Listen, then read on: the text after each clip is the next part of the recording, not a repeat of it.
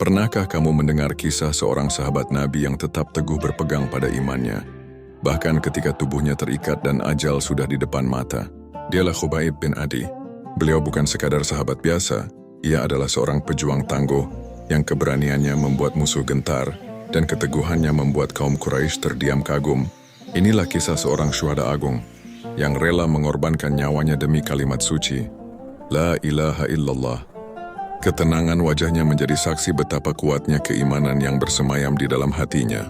Di kota Madinah, Khubayb bin Adi radhiyallahu anhu dikenal sebagai seorang sahabat yang lembut hatinya dan penuh ketawaduan. Ia sering terlihat beribadah dengan khusyuk di masjid, merendahkan diri di hadapan Allah seolah-olah dunia di sekitarnya lenyap. Ketika perang Uhud berkobar, Khubayb tampil sebagai seorang prajurit yang gagah berani. Dengan pedang terhunus dan iman yang teguh, ia maju ke medan laga tanpa gentar. Bersama pasukan Rasulullah, Khubayb berjuang dengan penuh keberanian, hingga kemenangan berada di pihak kaum muslimin. Di balik keberanian itu terpancar semangat pengorbanan seorang sahabat sejati. Namun ujian berat menantinya. Dalam sebuah misi, Khubayb ditangkap oleh kaum Quraisy. Ia dibelenggu digiring menuju kota Makkah, lalu dipertontonkan di hadapan orang-orang musyrik. Meski diikat dan diperlakukan dengan kejam, Khubayb tetap tabah.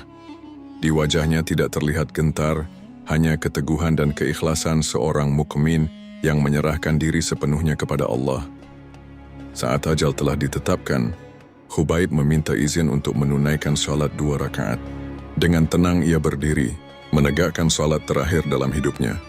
Khubayb lalu mengangkat tangannya berdoa, memohon pertolongan dan menyerahkan urusannya kepada Allah sebelum akhirnya wafat sebagai syahid di jalannya.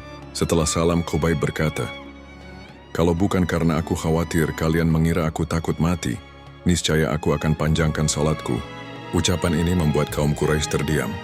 Demikianlah akhir perjalanan hidup Khubayb bin Adi radhiyallahu anhu, seorang sahabat mulia yang memilih kesyahidan daripada menggadaikan imannya.